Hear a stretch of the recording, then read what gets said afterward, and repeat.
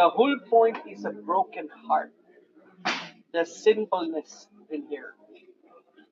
And soon enough, God revealed everything. Here's the point. To us pastors, remember, God is light. No darkness will remain in his light. Everything will be by his light. Nothing is hidden. That's why we have to be careful with our leadership style. We have to learn from the story of Moses. I like what Pastor June said. We as leaders, we have our shortcomings. But those under subjected to the leader must be very careful in pointing out those shortcomings. Unless otherwise, you can be judged. Okay? Ang ganda sana ituro ito sa mga membro natin sa simbahan. Yeah. Pero wag na tayong lumayo. Dito na lang sa atin ng mga pastor. Yeah. To me, what happened to Steve Wilson is for us as ministers to think that our main ministry is to do what God wants us to do, no other else. Yeah. There are times that we are focusing on what the church wants us to do, which makes us think more about what will people think about us, people's opinion about us, instead of focusing on how to really obey God and to simply please Him, not anyone else. So, on the other hand, can I just tell you this? The context is very clear. There was evil in their heart. Okay? That was the root cause of everything. They wanted to be leaders, they wanted to be crowned, they wanted to usurp the authority. That's the context of Numbers chapter 16.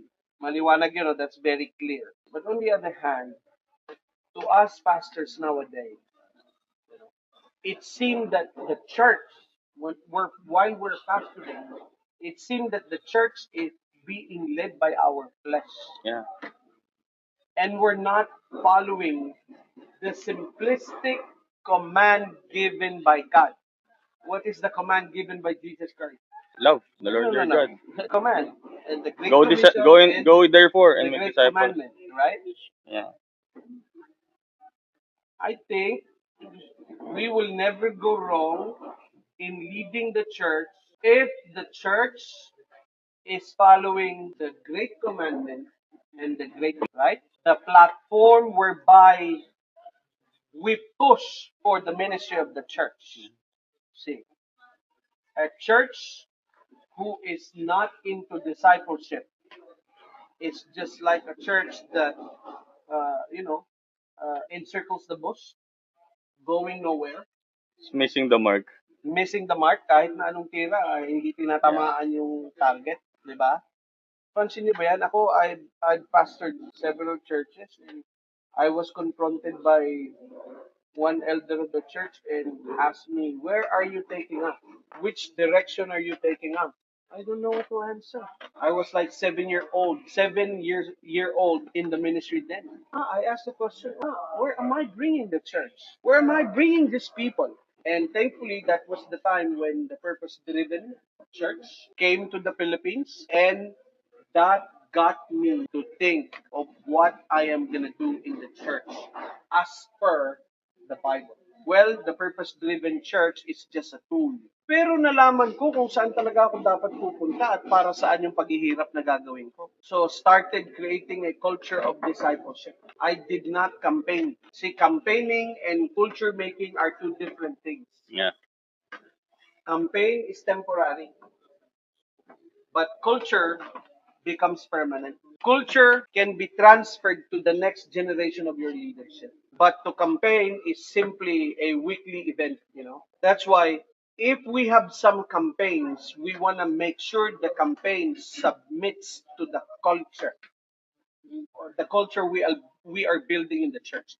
And if I may suggest, the best culture that we have to develop in the church is that our people learns to love God more and more. And in the process, they make disciples. The question is how to do it. How we were going to do it. It all starts with humility. Unless your members will see humility in you, they will not practice they will not practice it on themselves. So you should be the most humble guy, not just within the church, but even outside. So Yeah, it's clear here, you know. You know what was Aaron's in the context? Aaron pleaded for them, the second man. Aaron came to God and pleaded for them, right? But damage has been done, yeah, and God has to act. God has to act on the anointing of his chosen leader.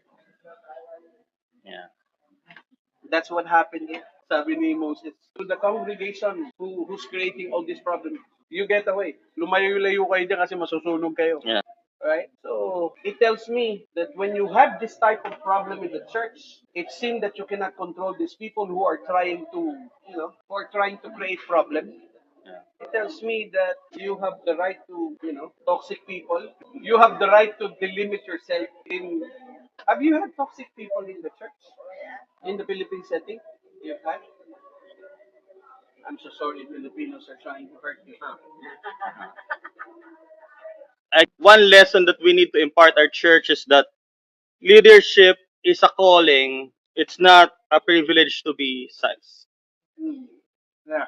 Yeah, our position in the church right now really is not a power position. Yeah, I hope that you would lead the church God allowed you to pastor with all humility. And if you are going to create that culture, why don't you just pattern it to Jesus Christ? Yeah. Philippians chapter 2, you know the kenosis, right? yeah, Kenosis is totally Jesus Christ, for the sake of humility, or took off the form of God, yeah, took on the form of human, yeah. and subjugated himself under the authority of the Father. Well, that text at the end has a prophetic implication. Mm, Because at the end in verse 11, Philippians 2:11, it says that every knee should bow, every tongue confess that Jesus is Lord. Sa langit, sa lupa, sa lahat. Even the non-believers will recognize, in the future, will recognize that Jesus is ultimately Lord. Right? But how did he champion it? The premise, he took the form of a man. He humbled himself. That is in Philippians chapter 2, verses 5, 6, 7, 8, 9, 10. Verse 11 is the culmination. Diba? Sabi dun sa verse 5, let this mind be in you which was also in Christ Jesus. If I'm going to pastor a church, I might as well use Philippians chapter 2, 5 to 11 as the focal basis of my leadership. I think that's the best conclusion there. But may I just also point out, maganda yung sinabi mo eh, he took the form of a human. But before that, there's an adjective that's actually added here. It says, he made himself nothing Mm. by taking the very nature of a servant. Mhm. Being a human is like a huge, parang quote-unquote downgrade, di ba? From a divine uh, being, having all of these things, being a human, that's a huge step. But more so, stepping to become a servant. It's being more like he can be a human, but could have taken a place of a king, right, in the palaces. But instead of doing that, he chose to be his servant.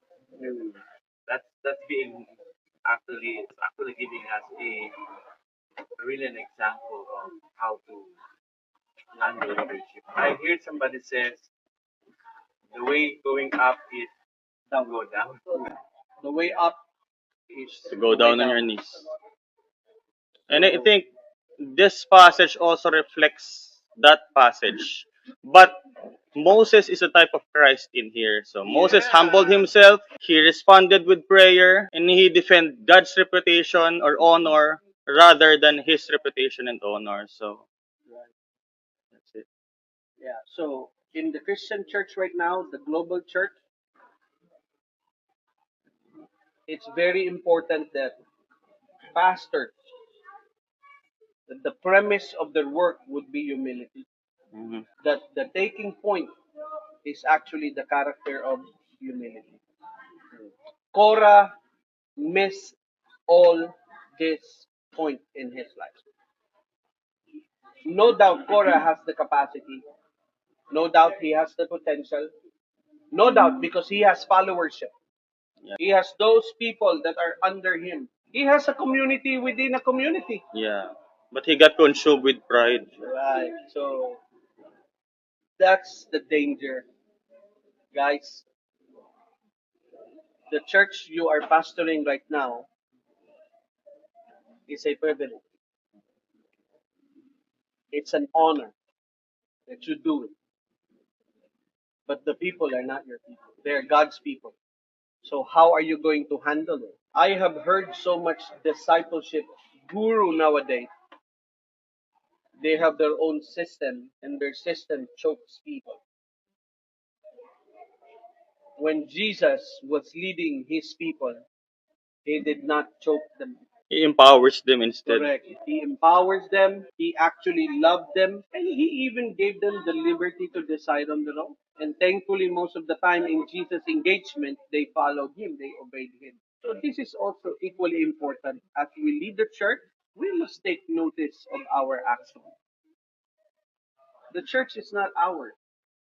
It's just a privilege that it was shared to us by Jesus. We become conduit of what Jesus wants to happen. Mhm. It's a huge privilege, to pastor a church. And please do not toy around the idea.